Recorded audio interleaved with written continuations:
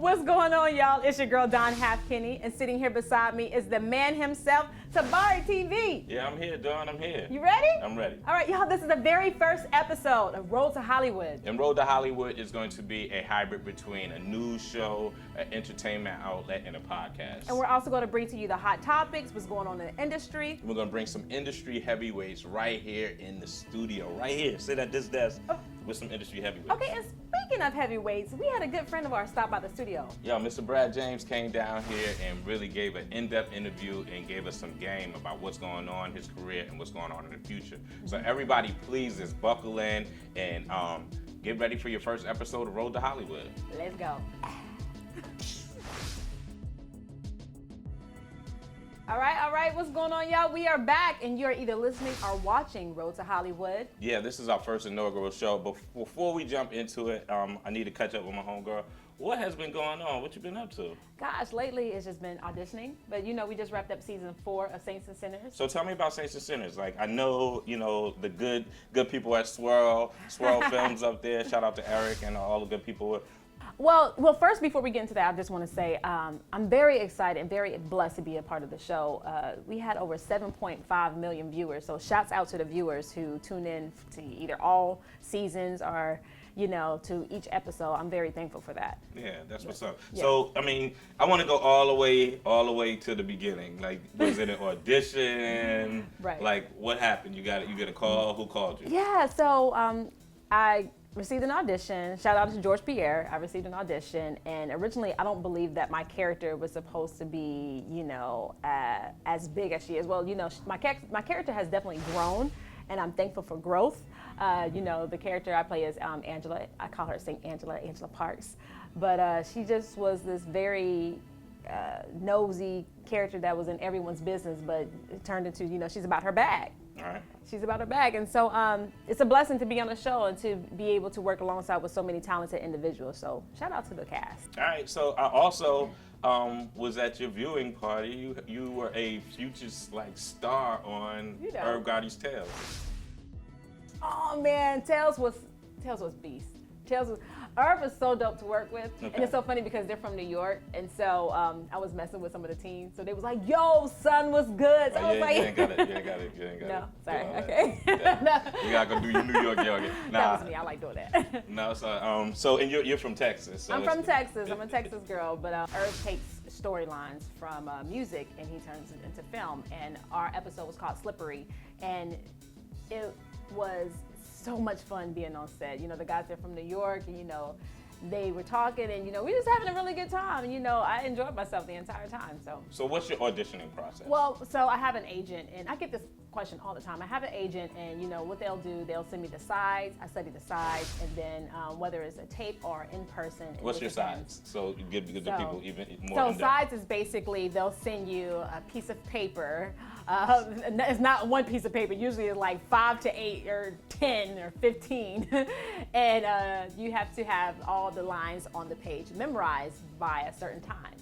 And you just have to, you know, get into the character and, you know, just make it your own. How do you break down your character? How do you like get into your zone? How I like to get into my zone, first I shut everything off. I shut off the world, and then I just zone out and I focus mainly on the script. Or I focus mainly on the sides. But I usually think of someone who I know who I can relate to the character. So that's what really gets me. You know, it's always good catching up with you, but we got to get back on the road to Hollywood and get back into our hot topics. Yeah, so speaking of hot topics, we got hot girl Meg herself. She's in her bag, but she's also in Jay-Z's too. The Houston rapper, she just announced that she's now part of Roc Nation family. Last week, Meg was seen hanging with Jigga at the Puma event in New York, and now we know that they're probably sorting out some business ideas, so that's good. I don't know, man. I just feel like Jay-Z is like the bar to success right now. It's like soon as you get to some type of status, you're doing some deal with Jay-Z. And him coming off the NFL controversy. I was just about to say that, so yeah, you're right about that. What did you feel about that? I feel like that he has a plan. Okay. I feel like Jay-Z has a plan, so I just want to sit back and see how everything unfolds with him. I do feel like it too. Sometimes I would rather it just be more of him saying it's about the money at the end of the day, and you know, I'm going to take this bag, but if y'all trust me, I'm gonna also make some things happen. And he's Right. already put some initiatives where they're, in the inner city and funding and sponsoring, youth programs. So I know that Jigga is gonna put it down, and the people are gonna be proud of him at the end of the day. But I think we have to just gonna see what this is gonna lead us to. All right, so also in Hot Topics, we have Big Sean and Janae Aiko. We know about their on again, off again relationship, but word on the street is that they're also collaborating for another album. Yeah, I really love that 2088 album. Yeah. I went on a trip and got acquainted. It was like a road trip. Those are the best time to dive into an album. And it's like a really couples album. Y'all really should check it out. 2088. And so I'm excited whether they get along or they're gone. I'm excited too. What I like about their album is that is the type of album you can listen to from the beginning to end. Yeah. You don't have to skip over anything. I love them. So I'm excited to see what this second album is going to be. It definitely had you could definitely feel the chemistry coming out between them. And good luck on, I love, so good luck. I love Janae. Hey girl. I'm a fan. As mentioned earlier, we had the leading man himself, Mr. Brad James. Yeah, Brad James came through and we had a great interview, very in-depth, really inside to his life and his journey through this entertainment business. So stay tuned and check out this interview on the road to Hollywood. I want to welcome everybody to the first episode of Road to Hollywood. And I got my main man here with me, Brad James, on the podcast version of this, or segment of this. The reason I wanted Brad James to come out because he's like one of the most interesting persons that I have met on my road to Hollywood. You know what I'm saying? So I wanted to thank you for coming out and being in this episode, bro. I appreciate you, bro. No doubt. Yeah, now we go back. You know what I'm saying? We go way back, No ages though. No, and I ain't gonna say no age. I'm just saying we go way back. I think a lot of years though. I think the first time we worked together was on George Pierre had a short, and it was called Smoked, and it was something to do with a tobacco store and a robbery or something like that. So, Right. So to give a little backstory, George Pierre is somebody who a lot of people in the industry know as a world-class casting director. He's casted for major motion pictures, and he also does some producing as well. And at the time, he was producing a series of shorts. And the thing about George, and what's always separated him to me from everybody else in my mind, from some other people, was that George would go and do some real casting. Yeah. And I don't mean just in the casting room or during an audition. Like, he would go scouting for people in the craziest places, and he knew how to pick and choose and put people who had talent in certain places. And so you look back, we talked about Smoke.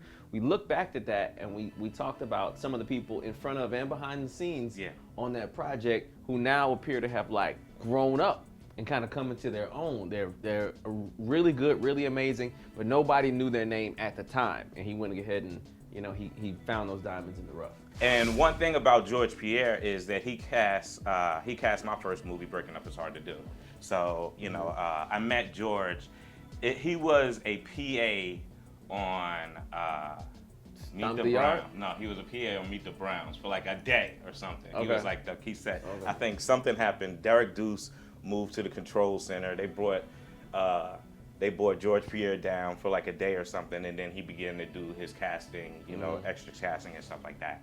And I remember when I was kind of putting the team together to make Breaking Up Is Hard to Do, Deuce, he told me to get with Ross Shebeck and then also get with George Pierre. So that kind of started everything off. I was able to kind of start putting my crew together, and then also. So I want to go all the way back, a little bit further before we get into entertainment. So where'd you grow up? Where were you born? Where you grew up? I grew up in Georgia, from Augusta, Georgia. Augusta, Georgia. So you're a Georgia boy by heart. Yeah, all the way. True and true. So what was it like? Who was Brad growing up in Augusta, Georgia? Man, I was an interesting fellow. Okay. You know what I mean? I grew up in an environment and at a time where, everybody mixed now, but it wasn't a whole lot of people that looked like me. Okay. Where I was from. Yeah, no, that's funny. They got the show Mix coming out, Mix Fish. Yeah, that's. So how was that? How was that? I was a pioneer. Wasn't nobody mixed before me. You know what I'm saying? It was interesting. It was kind of cool because it's you, so you don't know that there's any difference. But it's interesting, realizing how people are interacting with you, based on their own preconceived notions. Okay. So what was really funny, like my high school was like Lean on Me. Okay. If you remember that with that Morgan actually, Freeman. I was actually there kind of when they were making the film. That's a Jersey film. Oh, dope. Yeah, it was a little bit like Lean on Me. It was like, it was an environment that I don't know any different. It was kind of tough growing up in a certain way, but I had a lot of love from friends and family around me. However, there's those right outside the circle. Okay. That's always going to try you. Okay. So, even as a youngster, I was doing a lot of fighting. Okay. You know what I mean? So is that like, I don't want to jump. I'm gonna jump right there and then come back. But I see, ever since I met you, I've seen you. I don't know. I want to say it wrong, but martial arts. Even at the studio, I would see you, practicing and doing a couple of moves. What do you actually study? Where did you kind of pick that up? Man, it's a collage of different places.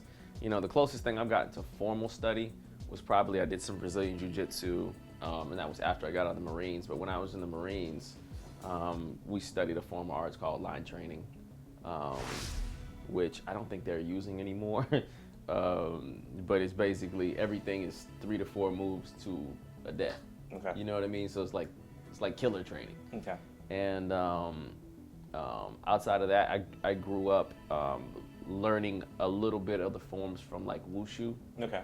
Just because they translate really well on screen. I think even as a kid, I wanted to do, you don't want to just fight. You want to look good as you fight, So it was always like performance to me. So, when I would look at the works of people who practice forms of wushu from Bruce Lee to Jet Li to Donnie Yen, I just always loved the look of it. And even Donnie Yen was a forms champion. Okay. You know what I mean? He's got that, ability to make it translate, make you want to watch. So did you start studying those martial arts and things when you were a child, or did you pick those up along the way? There's been so many different types and levels to it. That I would just say I picked it up along the way. Okay. You know what I mean? Because when you're moving around a little bit, you kind of get what you can, where you can, Okay. And when you can get it. So yeah.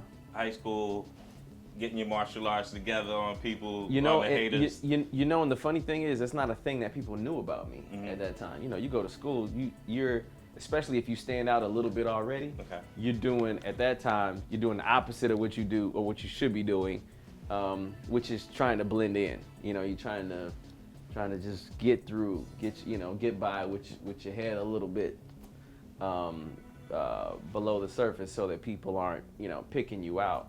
But the other thing is, when you have like a personality that you can't really keep your mouth shut. Yeah. It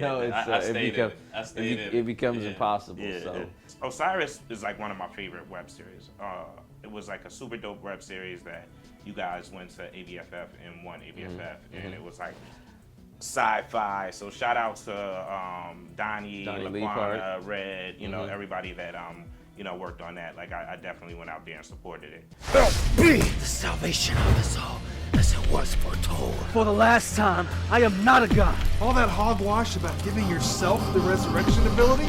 This is not a gift, it's a curse. There are other people in this world besides the great Osiris. Hell, we don't even know your real name. Turns out that there are at least 6 cold cases, all with the bit fitting the description of this Osiris guy. Oh, I will shoot Then you. do it. I'll shoot you. Then shoot me. You don't think I'll do it? I'll do it. Shoot me then. People are insane. Shut up. This could kill millions. I'm not going to lie to you. It's going to hurt. If I have to search the earth for the rest of your life, Wexler, I will find you. And so tell me that experience of kind of being one of the first people to, really jump into a successful web series, and what was, how did that kind of come together? man, that's so weird because web series at the time still weren't getting respect. Right. It wasn't. You know what It I was mean? not Web respected. series were not getting respect at the time. And even when I remember LaQuanda was at one of my events and she asked me, you know, it's like, you haven't auditioned for my web series yet. I was like, I'm good. You see me on Meet the Browns, I'm on Meet the Browns. I'm good. So, you know, because I really wanted to start to do the kind of works that spoke to me. Okay. And, you know, I had a certain direction for where I wanted my career to go. And again, I hadn't done, you know, I hadn't had a sitcom yet. And so, you know, she told me about it, so I was like, okay, you can just send me the sides over. So they sent me the audition sides for Osiris, and I read the character, and it was dope.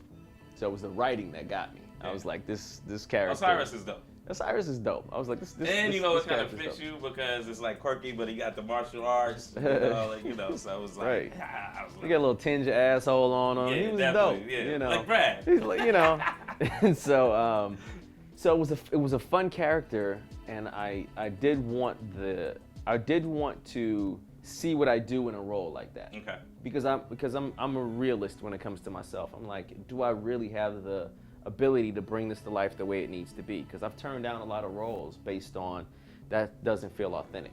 That's not a good look. You know, I appreciate you and your time or whatever, but you know, I if it doesn't speak to me in some kind of way, I can't really do it. Let's talk about the audition, because I was in your audition for Better or Worse. At that time, like, I was working in behind the scenes department at TABARI, and I got privy to go in different rooms and see different things, and this was happening. So, and I remember Brad nailing the audition. And That's always a good memory to have. yeah, like, it was funny. Like, Yeah, it was yeah. just a lot of different things. It's like when you are auditioning and you're having like a long day, and you know, it's a high and low, even as a producer, what you want to see. It's like you're seeing this, you're finally seeing people speak these words and come up, and then you audition, and I was like, okay, I wasn't even thinking of you as Todd, so it was Todd, right? I wasn't even thinking of you as Todd, and you brought so much comedy. So tell me about that process for you. That day? Yeah. That particular day was really interesting because I got a call from a couple of people. I'm not gonna throw their names out there, but letting me know that something was coming down the pipeline. And so I get a couple phone calls. I'm like, all right, cool, all right, yeah. And basically it was a request to come up to the studio. And they said, you know, Tyler wants to meet you. That's what I was told. I wasn't told about any audition, no nothing. I just went up there to go meet. So you didn't have any sides or anything? Man, no. But I'd already seen him. I know somebody who else was in that batch too. You know what I'm saying? I don't know nobody that was. I just, you know, They didn't get the role, but- keeping my eyes on the Lord. Yeah. And Glory. so, Hallelujah. and so, you know, I went down there and met with the casting director that they had at the time. Who was it? Alpha? or Alpha. Raven? It was Yeah. Alpha. Mhm. Yeah. You know, Raven was, you know, I think she was an assistant. Or, Yeah, I think if she was up there already. So, you know, met with Alpha, and it was basically like, they're not ready yet. Let's go ahead and put this on tape. I was like, all right, cool. So, you know, boom, we went through that, and then I saw you, I think out in the lobby. I didn't notice you. Were you in the room? Yeah, I was in the room. I didn't even notice you in the room. Because I was tucked in on the corner with a camera. Like, I had two cameras. I was filming the auditions, and then I was like the main people. See, that goes to show you concentration. You ain't think about other people in the room, decorations, and, you know, whatever's going on. I went straight to the. You went straight to it. Nah, but it was fun. Yeah, I was tucked in the corner, and then after, I could go get the follow-up interviews with whoever I wanted to on the other side of the auditions. Be like, you know, how do you feel about the auditions? And, you know, I put together a piece. I'm gonna look for that piece because I think it does. It was like, do you remember that? The piece you did based on all that you cut together? Yeah. Yeah, I remember. Okay, I don't so remember you what it said- was called, but yeah, I Yeah, remember. no, it. so if you remember, it's definitely online, and I'll look for it. All right, so tell me how you know, was that a life-changing experience for you for Better or Oh, Worse? for sure. Okay. Yeah. Yeah. So tell me about absolutely. that experience. How many episodes have y'all done to date? I think of that show they did, if not 150, close to it. I'm not 100% sure. We did a lot. We did a lot of episodes. Real fast, and like over a weekend, you did 150 episodes. Like, yeah. Not that fast, but we did. In fact, 2 weekends. in the initial run of it, the first 9 to 10 episodes that we did, I think we did 10. I did 9 of those 10. In the first run of them, we were doing one a day, and I was drowning. Like, it was a lot. Yeah. You know. So So later if on, you don't know, like Tyler has a system where, like, you know, we at that point, and I think it's even more efficient now that we were doing like a solid episode a day. And then, you know, at the same time, House of Pain might be going on, and, you know, Meet the Browns might be going on. So it was like systematically, it was really efficient. And so it was just a lot going on, though. So. And I'm just gonna jump in here just because you brought it up. But a lot of people, I think, want to do or have tried to recreate what Tyler's done in his system. And you know, that's always you want to grow to the point where you're doing work in that frame, like, you know, at something near that speed. But if you just jump in and you're trying to copy what he's doing over there, I think you're setting yourself up for failure a little bit, because that's built from years of work, relationships. His setup is Trust. just how he wants it, and you know, and the you know, all those things, trust, hiring really good people in front of and behind the camera to make adjustments that a regular crew wouldn't be called on to do. But the other thing, and probably the most overlooked portion of it, is how much he personally does himself. Right. You know, he's a workaholic. He'll literally be on set with us, directing every episode that he wrote. You know what I mean? And he'll do that 3 days a week, shoot another show the other couple days a week, and then fly out Friday afternoon, Do a play on his plane to do a play that he wrote, that he's starring in, that he's directing, and be back on Monday morning and do it all over again. So, you know, it's a big deal. When I was up there during that time, like, that was like it was a very interesting time for me, because that's what I was doing. I was on his heels. So in regards to, we had 6 months, a schedule of 6 months we knew there wasn't gonna be like any like vacation time. And I was like, it was really, I was up for the challenge, man. I was like, if dude could do this, then I could do this too. You know what I'm saying? But like, how old were you? Like, what was it? How long this was? 10 years ago, about 35. Whatever. You know what I'm saying? So at that time, we would do, for better or worse, Monday, Tuesday, and Wednesday. We would fly out to a city on Thursday. On Friday, we would probably do 2 shows.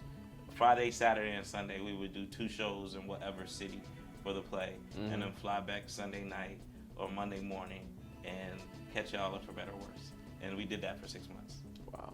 You know, so. Not just with us, because we ain't filmed for 6 months, but yeah, like the other it was other things. shows. It was other things. Like, we never stopped. It was just never. And I was like, I remember that was just like. That's the part people want to skip over.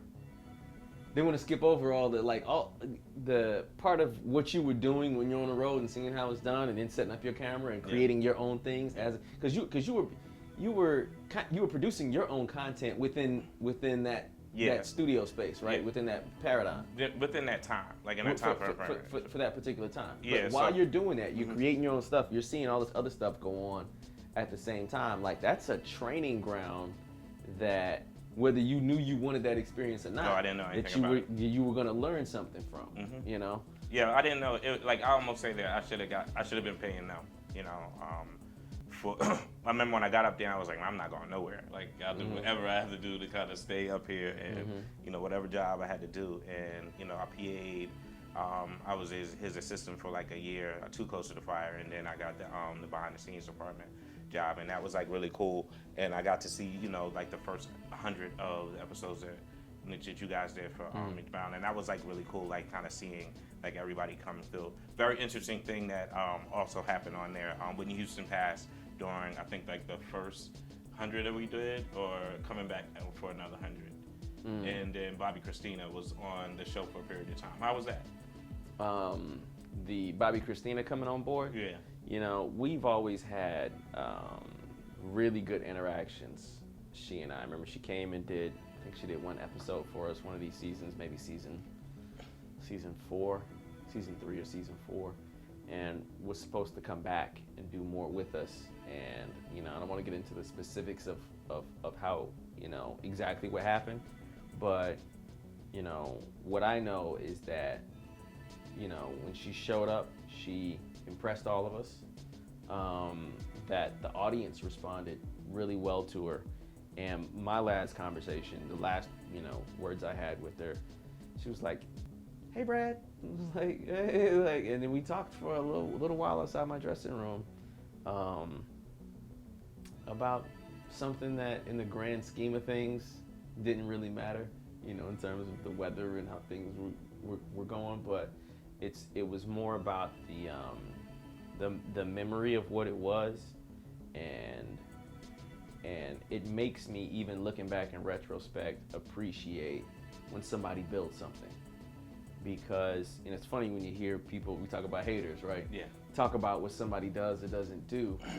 But if Tyler hadn't built that, you know what I mean? If he hadn't built that, then we wouldn't have been in that space having that little simple conversation. But it all happens because somebody, goes out and does something. And I definitely give him, you call him Tyler, I call him the superior. Like, I definitely give him, like, the big ups in regards to Tyler, because he created the atmosphere for so many people to kind of grow. And what's going on now, even him growing into the Fort McPherson space and things like that, is just, like, kind of incredible to me. And RIP to Whitney and Bobby Christina. That was like a very interesting time, because I was like the biggest Whitney Houston fan growing up. So, just having her seed there and us being able to interact for a couple of days. That one really, it really hurt.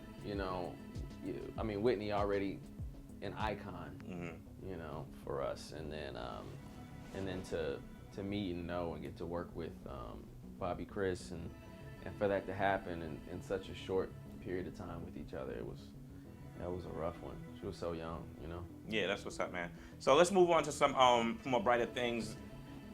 Since for better or worse has taken off, y'all do all these episodes on OWN, and you start being the leading man in town.